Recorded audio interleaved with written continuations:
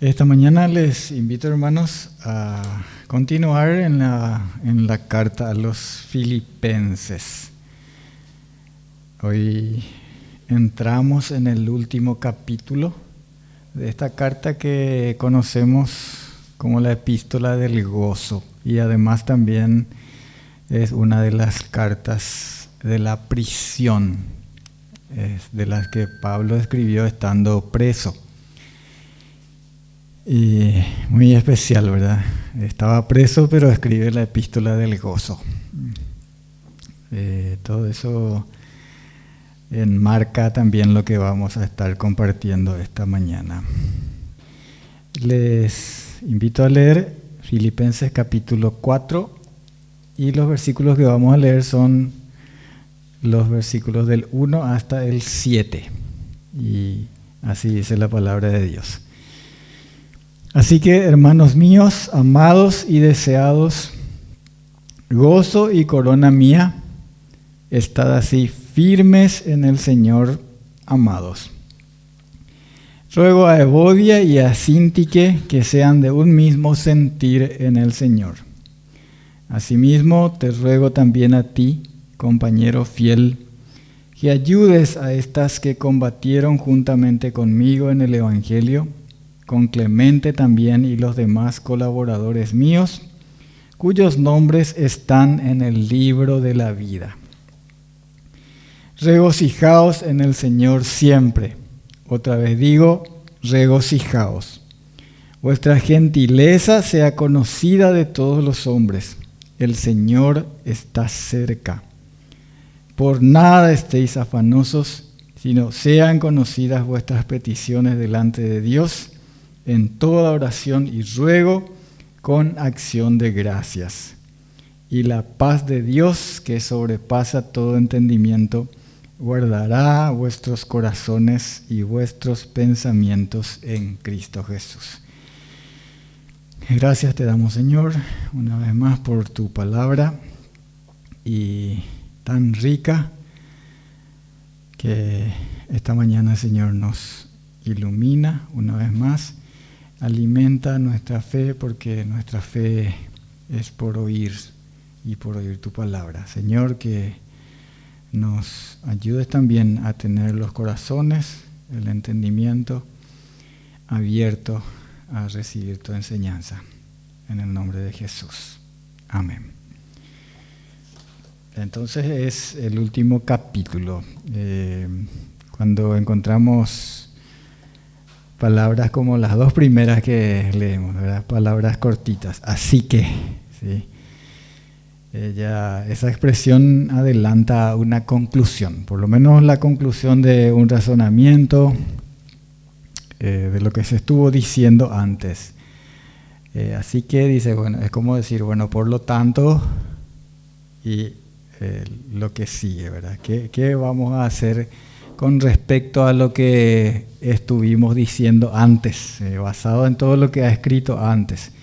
Los filipenses, y también, como toda la escritura es para nuestra enseñanza, entonces se aplica también a nosotros, los llamados a ser santos en Cristo Jesús. Estamos, basándonos en lo que leímos en los primeros 3 capítulos, estamos seguros de que el que comenzó en nosotros la buena obra va a llevarla a la perfección. Podemos decir, así como Pablo, que el vivir, ahora que le hemos conocido a Cristo, para nosotros el vivir es Cristo, y cuando tengamos que abandonar esta morada terrenal, el morir será nuestra ganancia. ¿Sí? Eso leíamos en el capítulo 1. Para mí el vivir es Cristo y el morir es ganancia. Tenemos un Salvador que nos ha dejado el ejemplo a seguir. Eso está en el capítulo 2. Porque siendo Dios, se despojó y se humilló a sí mismo, en la certeza de que el que se humilla, Dios va a exaltarle. ¿Sí? Al que se humilla, Dios le exalta. Y al Señor, a Jesucristo, le exaltó hasta lo sumo, para que teniendo un nombre que es sobre todo nombre, toda lengua confiese y que Cristo es el Señor, ¿verdad? Arriba, en la tierra, debajo de la tierra y en los cielos. Toda lengua confiese y toda rodilla se doble delante del Señor. El Señor nos manda ocuparnos en aquello que Él preparó de antemano para que seamos luminares en el mundo. Ocuparnos, estar ocupados en aquellas cosas que pertenecen a la salvación. Salvación que Él comenzó y que Él va a completar en nosotros, porque varias veces venimos diciendo, la salvación no es solamente ese momento en el que Él dice, bueno, ahora ya estás rescatado, ya no te vas a ir al infierno, ahora te vas a ir al cielo. Eso no es toda la salvación.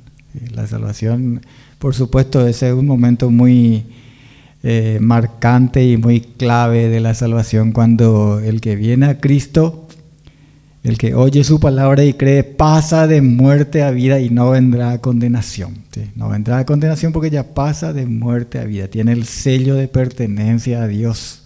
¿Sí? Tiene las arras, tiene la garantía. Pero la salvación también es lo que Dios va haciendo en nosotros, salvándonos a medida que nos santifica, ¿verdad? Nos va salvando a quitarnos debajo del dominio del pecado, que antes nos tenía presos, nos tenía esclavos, y un día va a salvarnos, va a sacarnos de la presencia misma del pecado, ¿sí? Cuando ya estemos delante de Él, ahí se va a terminar esta carrera, cuando el Señor nos diga, buen siervo y fiel, entra en el gozo de tu Señor, ¿sí? Y ella no va a haber más pecado ni ninguna de las consecuencias del pecado que ahora sufrimos. ¿Sí? Ahora sufrimos, ahora nos afligimos, ahora nos entristecemos y todo eso. Aunque tenemos las promesas y tenemos la presencia del Señor con nosotros, pero necesitamos correr la carrera. Y a eso nos llama el Señor, a seguir corriendo la carrera de la fe, mirando, teniendo la meta delante de nuestros ojos, esa meta suprema a la que apuntamos, y que es la de ser perfectos, conformados a la imagen de Dios, según la faz de Jesucristo. El que comenzó en nosotros esta obra va a completar, y nosotros esperamos el momento en que nuestro cuerpo de humillación va a ser transformado por su poder, para ser semejante, dice, al cuerpo de la gloria suya. Nuestro cuerpo, a medida que pasan los años, se va poniendo achacoso, ¿verdad? Y tenemos dolores, duele la rodilla, y cuantas otras cosas más. Aparecen enfermedades, ¿sí? Y así es. Es un cuerpo de humillación. Pero eso va a pasar. Eso es lo que ha venido enseñando hasta aquí.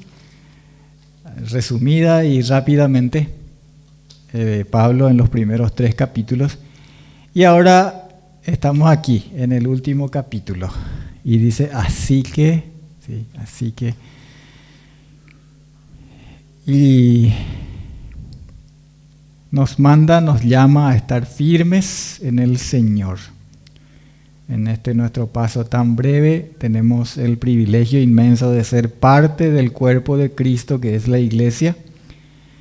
Y vamos a repasar un poco, vamos a ir repasando lo que ya leímos. Somos parte del cuerpo de Cristo en la iglesia, y en la iglesia, como somos parte del cuerpo, como somos miembros los unos de los otros, también cooperamos unos con otros.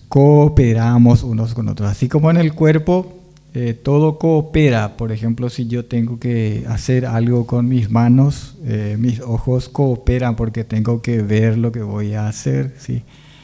Mis pies me llevan a donde tengo que estar y así, todo. Ya evidentemente no es que si yo voy a hacer algo con mis manos, solamente mis manos me bastan. Necesito la vista, necesito el oído, necesito un montón de cosas. En realidad necesito todo, ¿sí? Necesito que mi corazón esté latiendo y así. Aún esas cosas que no vemos están cooperando. Es claro que cuando nos incorporamos al cuerpo de Cristo, estamos en Cristo, dice la palabra de Dios, que el que está en Cristo, nueva criatura es, ¿verdad? Somos nuevas criaturas somos en Cristo. No obstante, también vemos en la palabra de Dios que nosotros conservamos nuestra individualidad, ¿verdad? Conservamos aquellas cosas con las que nacimos, ese carácter con el que fuimos formados y que necesita ser transformado, ¿sí? Fuimos formados así, a lo mejor en nuestras casas. Hay algunas cosas que pertenecen luego a que traemos así de forma, de manera innata, ¿sí? De nuestro nacimiento ya somos así, ¿sí? Algunos somos argeles luego de nacimiento, por ejemplo, ¿sí? Pero eso no justifica que yo pueda decir, no, pero yo soy nomás luego así y me tienen que aguantar así como soy, ¿no? El Señor nos manda y nos dice, bueno, el que era así, si te enojas, si sos así de fácil, no seas más así de enojarte fácilmente. Si te enojas, bueno, arreglate antes de que termine el día, como dice, no se ponga el sol sobre vuestro enojo y cosas como esas. Aquí tenemos una referencia a un caso particular, justamente que tiene que ver con esto, ¿verdad? Con nuestras diferencias. Somos diferentes así de carácter y así como lo que ya venimos diciendo. Y en el versículo 2 hace esta mención, dice, ruego a Evodia y a Síntique que sean de un mismo sentir en el Señor. ¿Quiénes eran estas Evodia y Síntique? ¿Y por qué? ¿Qué cosas, verdad? El Espíritu Santo le inspiró a Pablo y Dios quiso que esto quede aquí, ¿verdad? Evodia y Síntique. No sabemos nosotros el apellido de Evodia y de Síntique, ¿verdad? Entonces podemos poner, por ejemplo, que Evodia era González y Síntique era, puede ser Morel, o puede ser Gavilán, o puede ser Evodia Noguera también, ¿verdad? ¿Sí? O algún otro, Barreto puede ser también, ¿sí? ¿Por qué le estoy poniendo apellido, verdad? Porque muchas veces nosotros somos Evodia y Síntiques, ¿verdad? ¿Qué sabemos de Evodia y de Síntique? Que eran combatientes en la causa de Cristo, ¿sí? ¿De dónde sacamos eso? Y acá dice, dice Pablo, te ruego a ti también, compañero fiel, que ayudes a estas que combatieron juntamente conmigo en el Evangelio, dice. Y menciona otro también, otro combatiente, con Clemente también, y los demás colaboradores míos, cuyos nombres están escritos en el libro de la vida. Esto es una información muy importante sobre Evodia y Síntique, ¿sí? Eran creyentes que estaban combatiendo, pero tenían sus problemas entre ellas, tenían sus diferencias entre ellas, como muchas veces nosotros tenemos. Sí, bueno, y esa es la razón por la que le puse apellido, porque para no ponerle nuestros nombres, ¿verdad? Ahora, no sé si alguno puede decir, no, mi apellido no le ponga, porque yo nunca tengo diferencias con ningún hermano, con ninguna hermana, yo nunca tuve, no, bueno, está bien si es que podés decir eso, pero por lo general tenemos nuestras diferencias, no solamente en la reunión de los hermanos, tenemos nuestras diferencias en la casa. tenemos con las personas que más amamos muchas veces. La esposa, el esposo, los hijos, los padres. ¿Y qué es lo que el Señor nos dice, nos manda?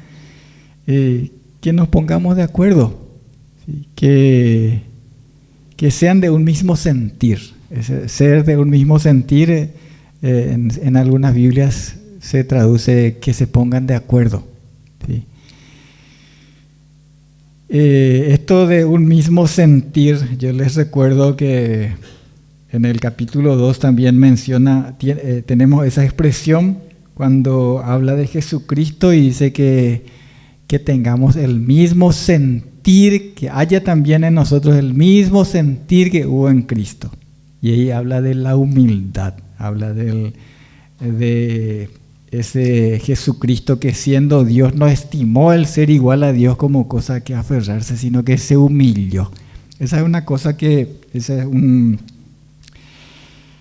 algo que necesitamos precisamente para convivir, para cooperar, para ser benignos unos con otros, para soportarnos unos a otros, dice la palabra del Señor, y para perdonarnos, ¿sí? Si tenemos alguna diferencia, alguna queja uno contra otro, para perdonarnos, porque esa es la voluntad de Dios, que nosotros sigamos combatiendo y que no por pequeñas diferencias que tenemos, a lo mejor podemos hasta considerar que no era tan pequeña, ¿verdad?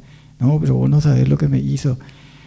Lo que te hizo, a lo mejor es lo mismo que vos le hiciste a otro, pero no va a ser nunca así como lo que nosotros le hacemos al Señor. Y el Señor perdonó todas nuestras maldades,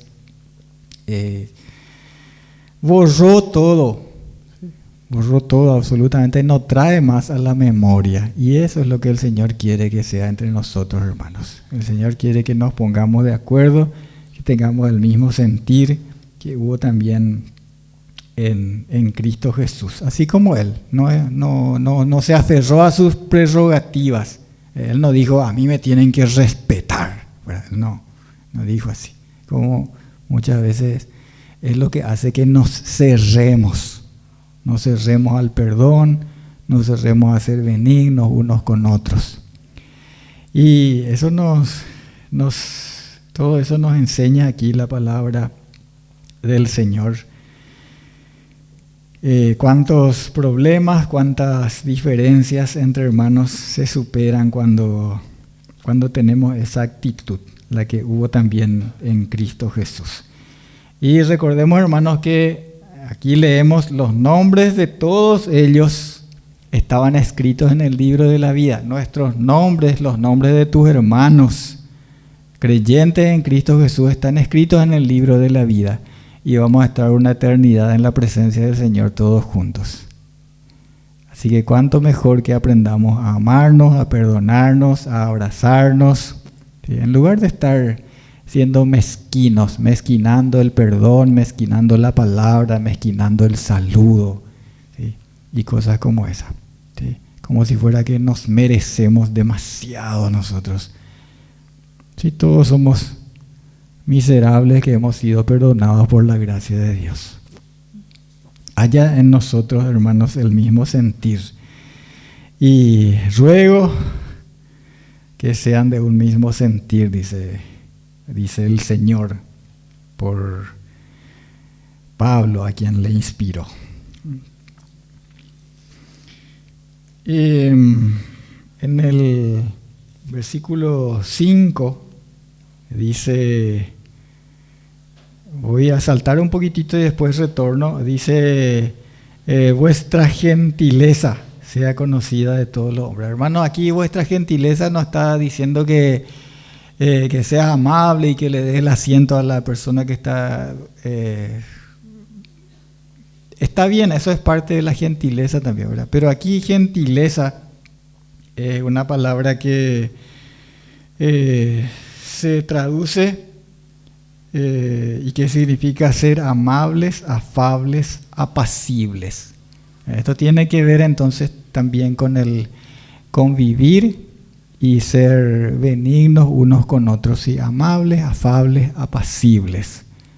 Así tenemos que ser, dice el Señor. Eso es lo que tiene que haber unos con otros, que todos conozcan. Así el Señor quiso que nos conociera la gente, ¿sí? Que vea la gente cómo ustedes se aman, ¿sí?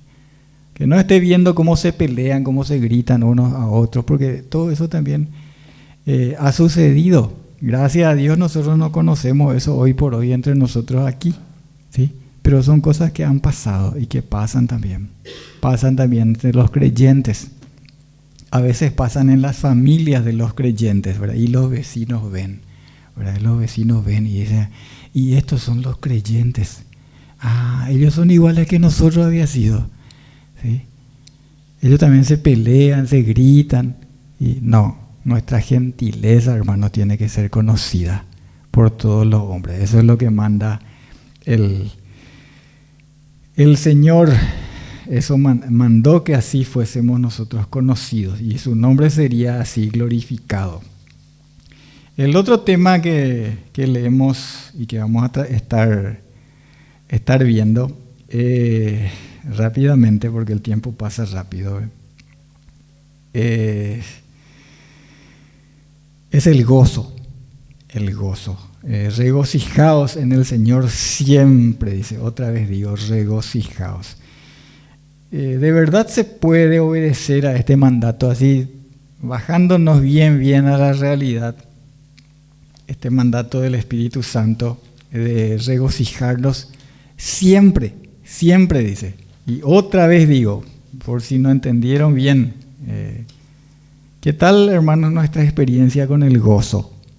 Y no digo cuando todo está bien, cuando qué gusto, nos vemos después de tanto tiempo. Estamos en una coinonía, o cuento mi testimonio de cómo el Señor me está bendiciendo en mi trabajo, o cómo me está sanando de mi enfermedad, o cosas como esas. Claro, así da gusto, ¿verdad? Pero ¿qué tal, hermanos, cuando, por ejemplo, como Pablo está preso, ¿verdad? O cuando recibimos el diagnóstico de una enfermedad, o cuando no podemos salir de un problema. Y tantas cosas más. A lo mejor en tu mente aparecen muchas cosas más en las que yo no puedo ahora pensar y no puedo poner como ejemplo. ¿Qué tal ahí? ¿Qué tal ahí el gozo? Podemos regocijarnos en el Señor siempre. ¿Cómo lo que se hace eso?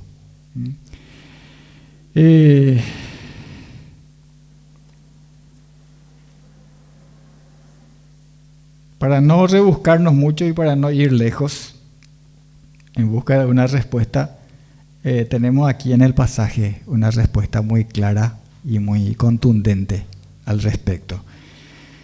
Y ahí leímos: por nada estéis afanosos, sino sean conocidas vuestras peticiones delante de Dios, en toda oración y ruego, con acción de gracia. El Señor nos enseña y nos manda echar siempre toda nuestra carga sobre Él. El Salmo 55, 22 también nos dice: echa sobre Jehová tu carga y Él te sustentará.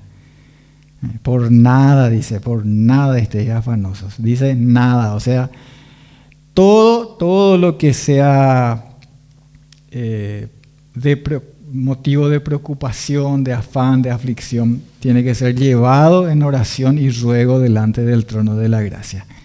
Este ha sido y sigue siendo el recurso que Dios nos da, el recurso que disponemos ahora mismo, así como antes, está disponible para que nuestras cargas, nuestros afanes sean aliviados y para que el gozo, junto a la paz de Dios, la paz que sobrepasa todo entendimiento, se guarde nuestros corazones y pensamientos en Cristo Jesús.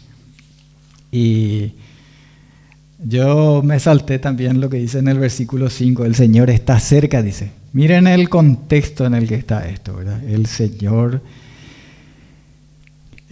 vuestra gentileza sea conocida de todos, el Señor está cerca, por nada estéis afanosos.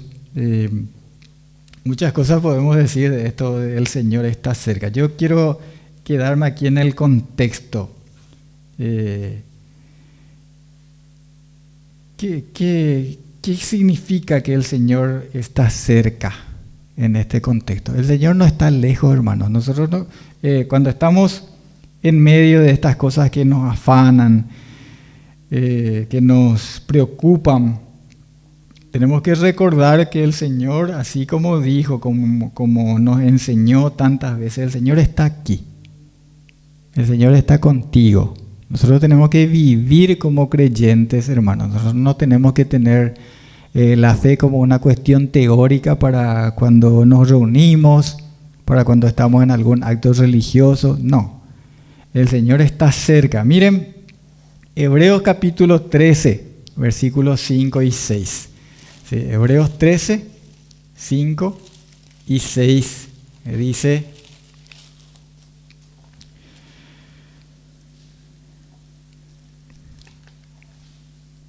sean vuestras costumbres sin avaricia, contentos con lo que tenéis ahora, porque Él dijo: no te desampararé ni te dejaré. De manera que podemos decir confiadamente: el Señor es mi ayudador, no temeré lo que pueda hacerme el hombre. ¿Sí? El Señor está cerca, hermanos. No te dejaré ni te desampararé. Él es mi ayudador.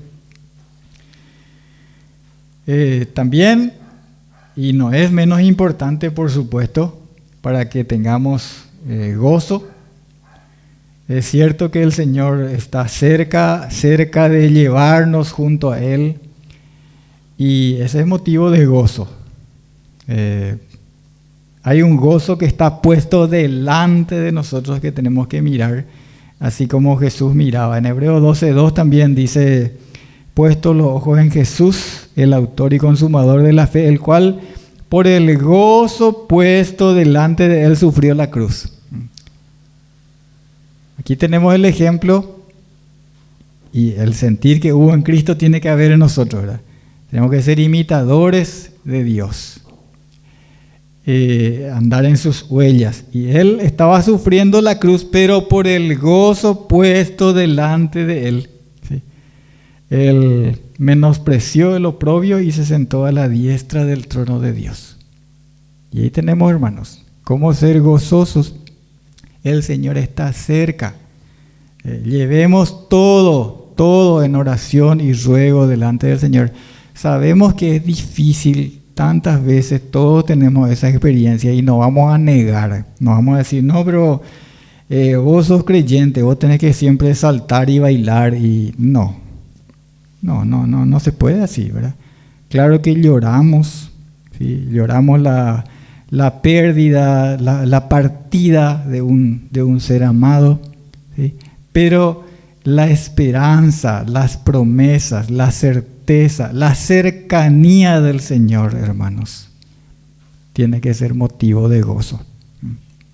Da gusto cuando vos te va, bueno, no es que dé gusto hacer eso, pero da gusto que cuando estamos en una situación así, como de duelo, por ejemplo, en el deudo, en la persona que queda, vos percibís y escuchás que te dice: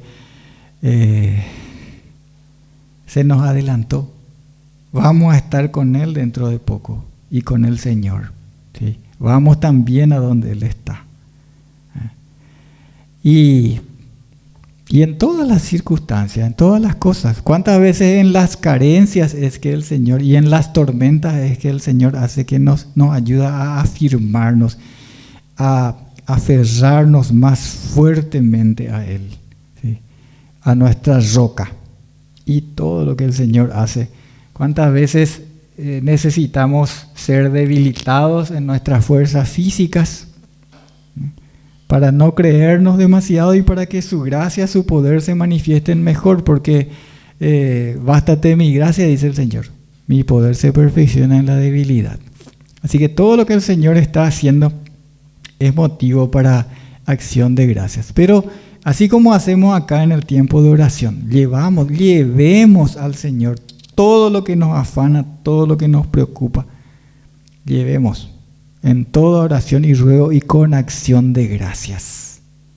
Y entonces la paz de Dios, podemos descansar en el Señor, hermanos.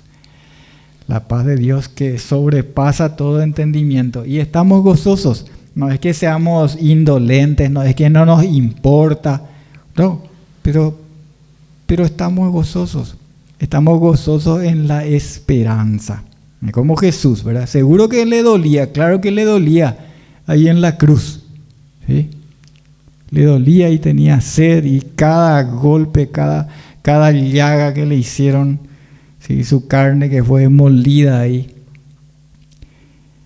por nuestros pecados, pero Él, por el gozo puesto delante de Él, ¿sí?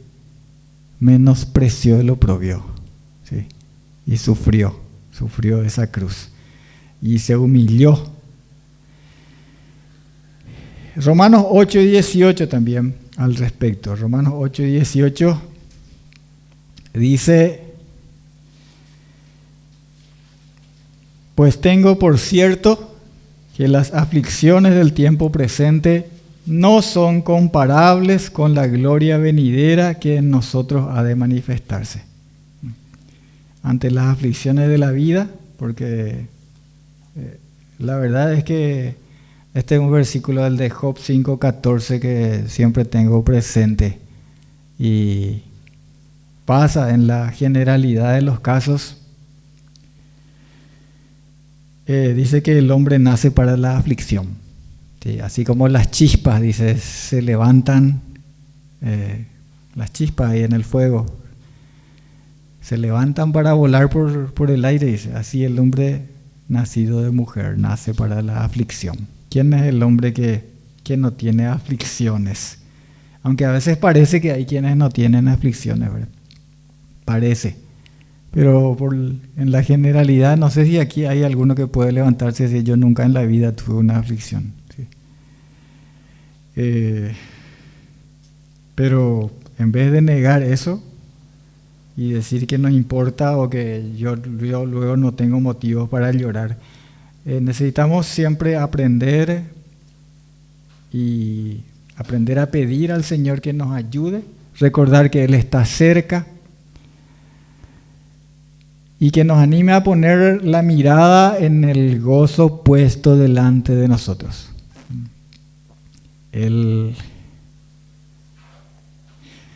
A echar toda nuestra carga y todo nuestro afán sobre el Dios Todopoderoso, ¿sí? Aquel que puede llevar la carga. Yo no puedo muchas veces con mi carga, ni con tu carga.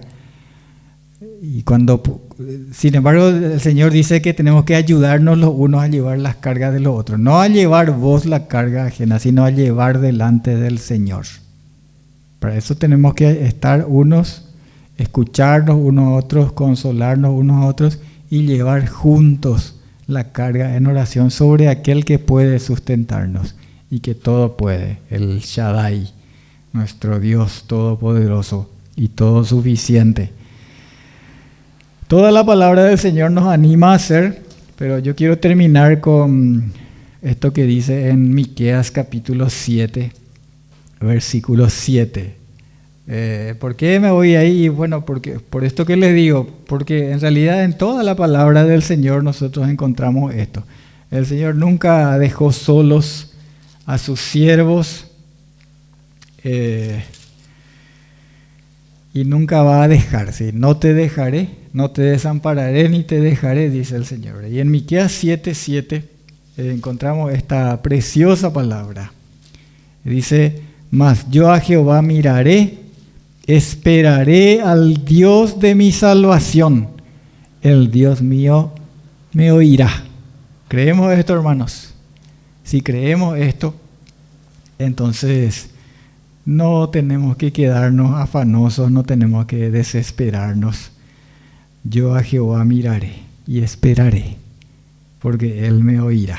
Qué preciosas son las promesas de Dios, qué hermoso es y qué privilegio poder descansar y esperar en el Señor. Vamos a orar para terminar. Padre nuestro, te damos gracias una vez más esta mañana. Gracias porque estás tan cerca de nosotros, cerca, no lejos como para que tengamos que ir a buscarte en el fondo del mar, en la profundidad de la tierra, en la altura de los cielos. Señor, estás cerca, así como está cerca la palabra. Cerca para todo aquel que te invoca. Oramos, Señor, para que practiquemos y en el nombre de Jesucristo nos acerquemos siempre a tu trono de gracia con nuestras oraciones, con nuestros ruegos, en la certeza de que estás cerca, cerca de nosotros, Señor, y cerca nuestro encuentro final y definitivo contigo, para siempre, con todos los que redimiste. Te alabamos, Señor, en el nombre de Jesús. Amén.